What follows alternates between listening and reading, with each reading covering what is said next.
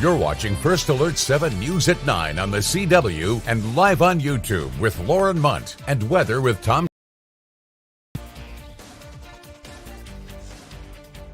I've shared our story from the beginning. I just wanted to reach people in that personal nature, so that way we can be looked at as more human, and to show others, especially women and now sometimes men who are involved in these situations, that there is life after. October is domestic violence. For over 20 years, West Texas nonprofits have been coming together to help bring awareness to the issue. In just a few minutes, that was hosted today. Thanks for joining us for First Alert 7 News on. Those of you joining us live on YouTube. I'm Lauren Munt, and we start tonight tracking crime.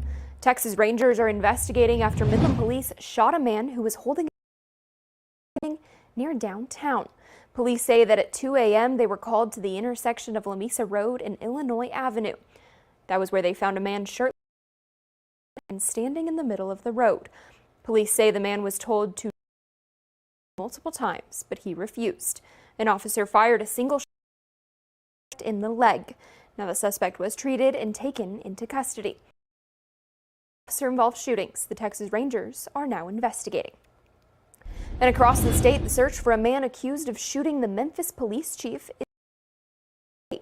Officials with the Memphis Police Department have said that Police Chief Rex Plant, who was shot on Thursday night, has been released from the hospital. Memphis police were to Altman for a burglary of a habitation when he shot the chief multiple times. He's now facing a charge of attempted capital murder, and there's a $15,000 award for tips that lead to the arrest of. Residents who live in the apartments around where Seth Altman was living said that they. I was scared to death of him. And I run into the house and locked the door. Now authorities believe that Altman is armed and dangerous, so if you do not approach him, and call 911. Now, according to CBS News, have filed complaints with the FCC after the blue alert for Seth Altman was issued at 5 in the morning. A spokesperson said the FCC received grievances about the blue alert, and the agency has yet to say how it'll handle it. But the Department of Public Safety stands by the alert, saying it was a warning. Again, this is 4 days after the alert was issued, and Altman is still at large. We're following a developing story out of Odessa has sparked around the contract agreements for the Odessa city manager, city secretary. Our partners at the Odessa American report that John Jones and Norma Aguilar were given 3 years in April. However, the controversy surrounds the details that says each of them will be paid for their full contract, even if they quit early. Again, that's according to the Odessa American. Here's a look now at the yearly salaries for each of their positions. City Manager Beckmeyer receives $250,000.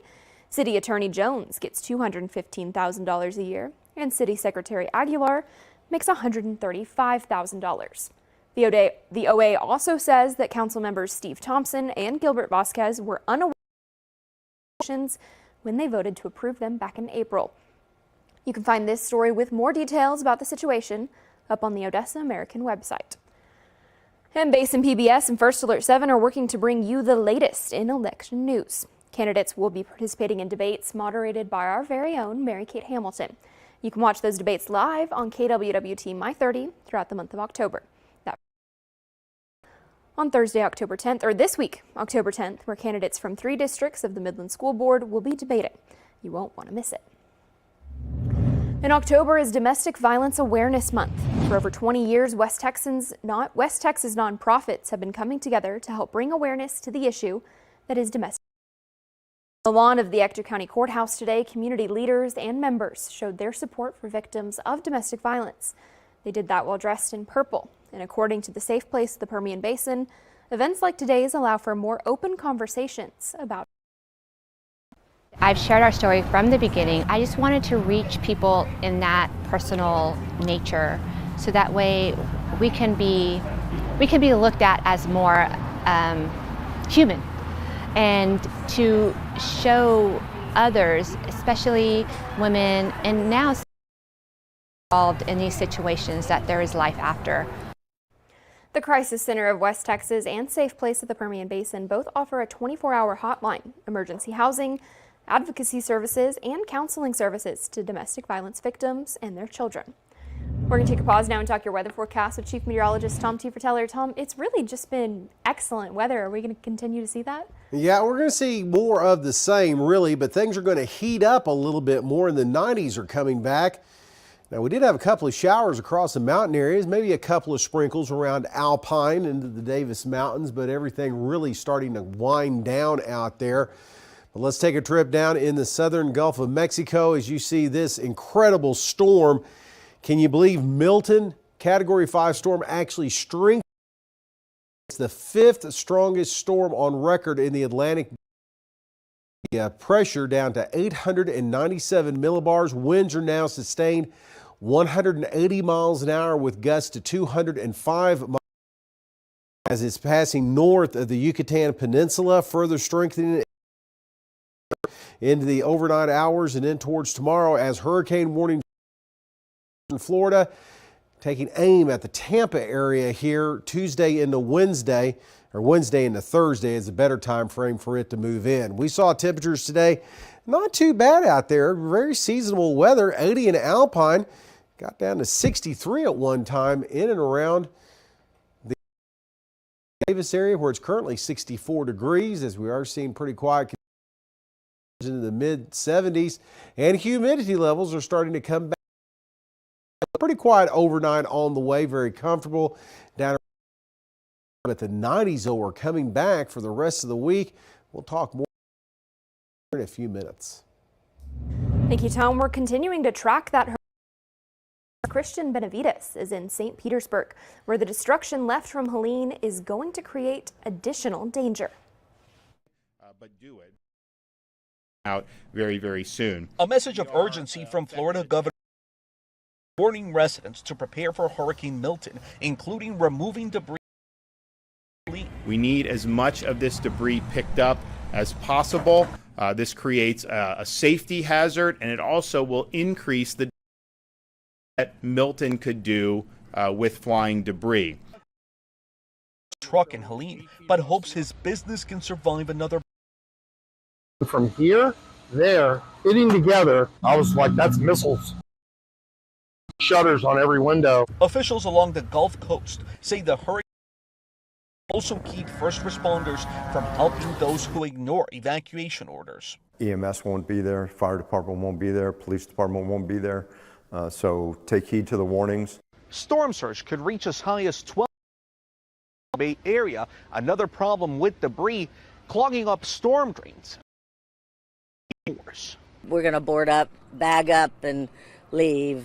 Residents are lining up for miles to fill sandbags and their gas tanks. Starting to start filling up, but yeah, things are going to get a bit hectic. That's becoming too frequent for some.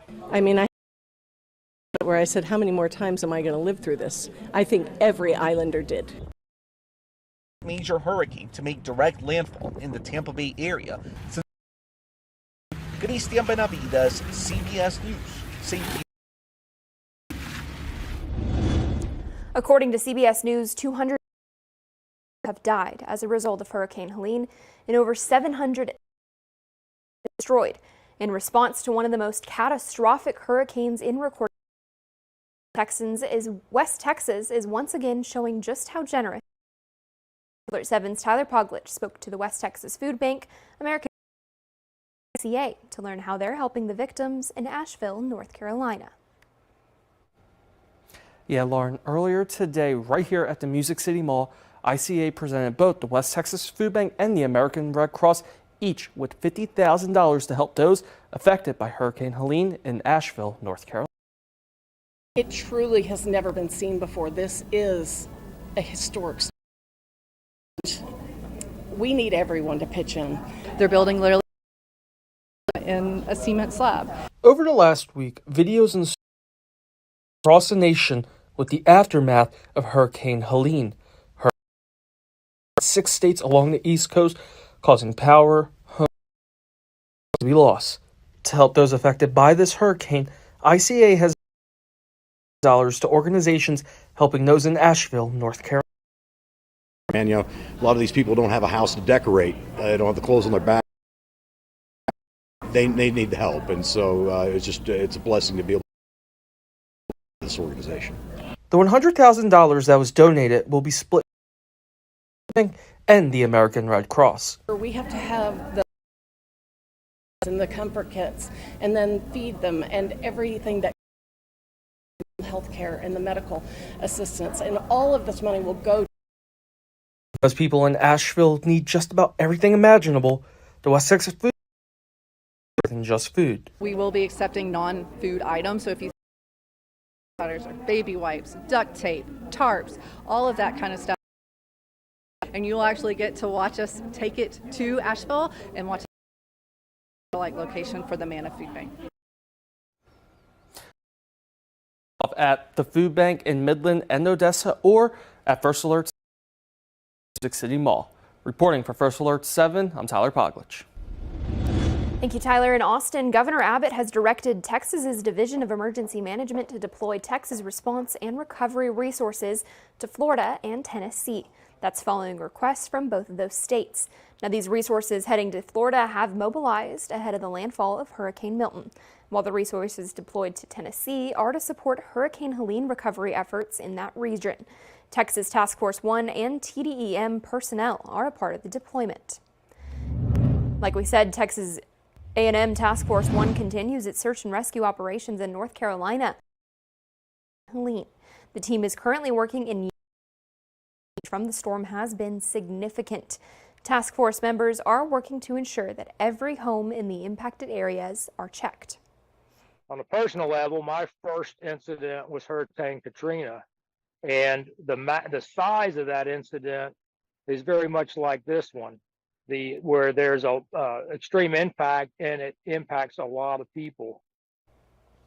Across the U.S., the death toll has reached more than 220,000, or 220, I should say, with 8 confirmed fatalities in Yancey County. Coming up, it's Fire Prevention Week. We'll talk about how our local school districts are helping students learn all about fire safety. That's next here on First Alert 7 News at 9.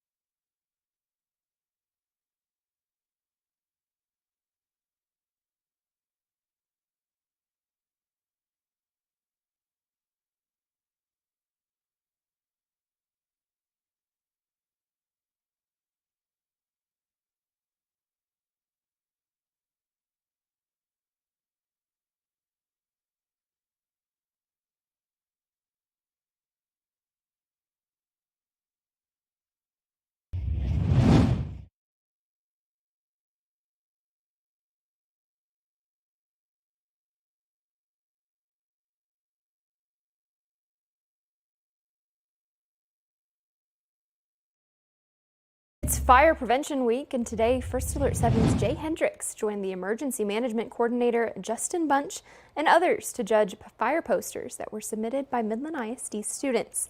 Students from grades kindergarten through high school age were asked to make posters to be judged to declare the winners for this year. The judging took place at the Central Fire Station in downtown Midland. Prizes will be awarded for first, second, and third place in the different age categories. Over in Odessa, some students at Austin Montessori got a special visit from Odessa Fire Rescue. Take a look.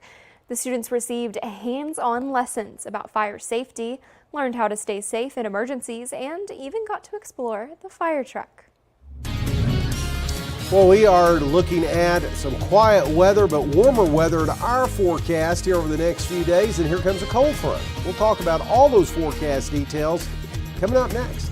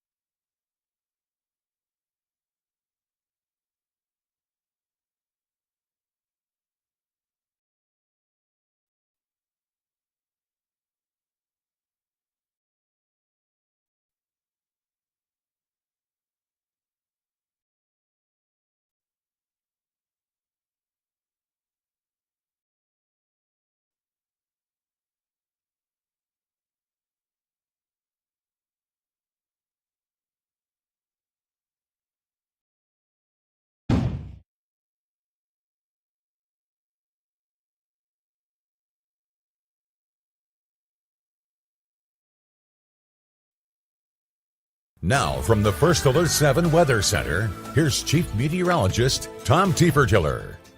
Well, we are going to be looking at in our forecast as things heat up the rest of this week. Here's the reason why. We're still under big area of high pressure. Now, there is a disturbance back across the Pacific Northwest. We're dealing with a big area of high pressure. So little disturbances coming in. It's going to kind of buckle things a little bit in this jet stream, and that could bring us a stronger cool front, but it's going to hold off for a while. In the meantime, we're dealing with this ridge. It's not going to surrender its control on the weather, so we're going to keep things dry, hot for the next few days as temperatures will be back into the 90s. We did have a couple across portions of the mountains of West Texas. They've really the state is relatively quiet as we're seeing dry air in the upper level on the backside of Milton. A hurricane, strong Category 5 hurricane that's going to affect Florida. Again, the Tampa, west coast of Florida, with hurricane conditions later night into Thursday looks to be the time frame for that. But back to temperatures today, warm up quite a bit into the mid-90s across southern Texas this afternoon. So we're not in on that just yet. We topped that weak front move through the area, so not too bad. West Texas. Futurecast starting tomorrow. Things are going to be rather quiet and cloud free. We might see a few clouds develop in the Davis Mountains in the southeast of Mexico. Wouldn't rule out a shower, but it'll be dry. And looking at Wednesday, a few clouds develop across the Davis Mountains southeast of Mexico. A little bit as things start to heat up. Looks like a lot of 90s back inside starting Wednesday. Tonight, around 60 to the upper clear skies and light winds. And tomorrow, we're looking at temperatures into the upper 80s. west of the Pecos River tomorrow afternoon. Everybody Wednesday through the rest of the week and into the start of the weekend. We'll see that front roll through late on Sunday, and we'll see some milder conditions and more seasonable weather, it looks like, back in our forecast next week.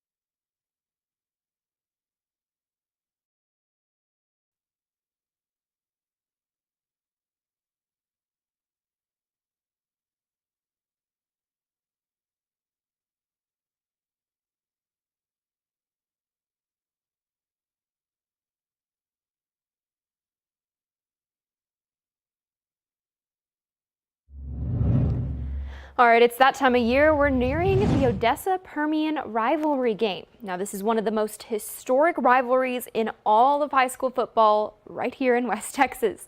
Let's see how the two teams are feeling heading into the crosstown matchup. The Panthers finish off their non-district schedule going 5-0.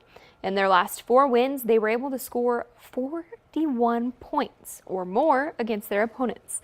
Head coach Jeff Ellison isn't worried about the game being a crosstown rivalry matchup, though. He's more focused on what it means to be 1-0 in district.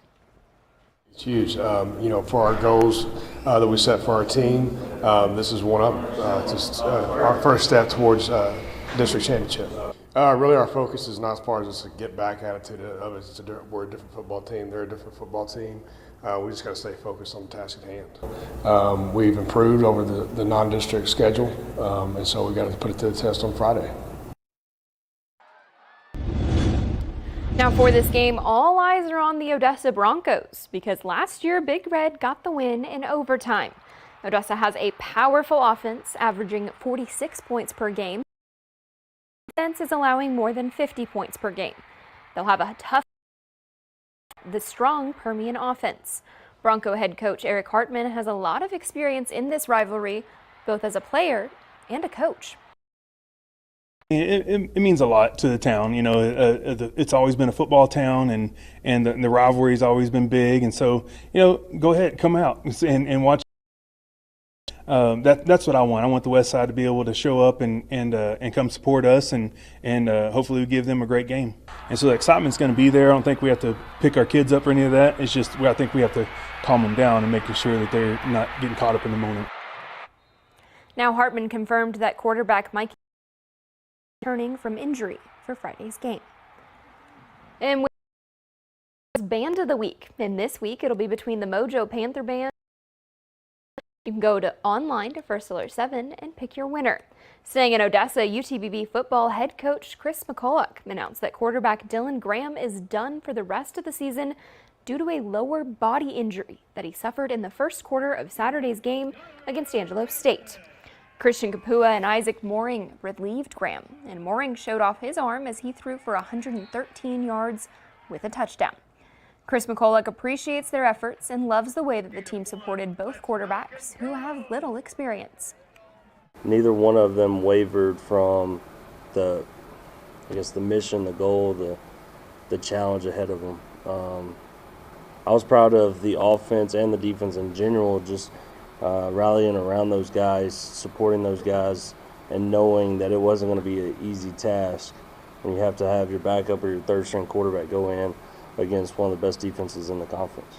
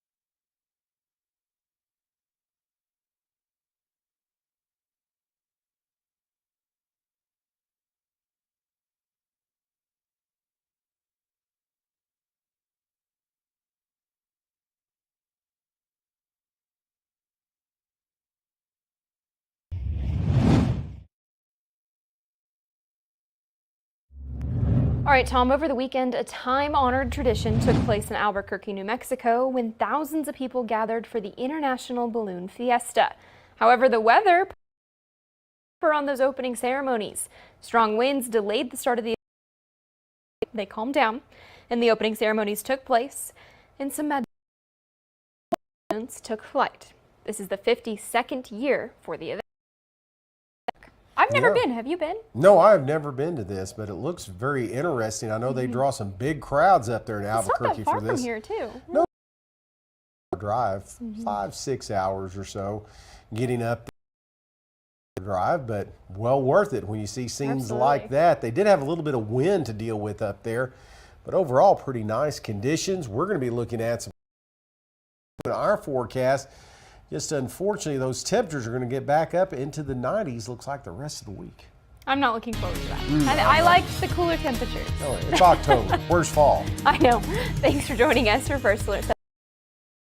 Mornings.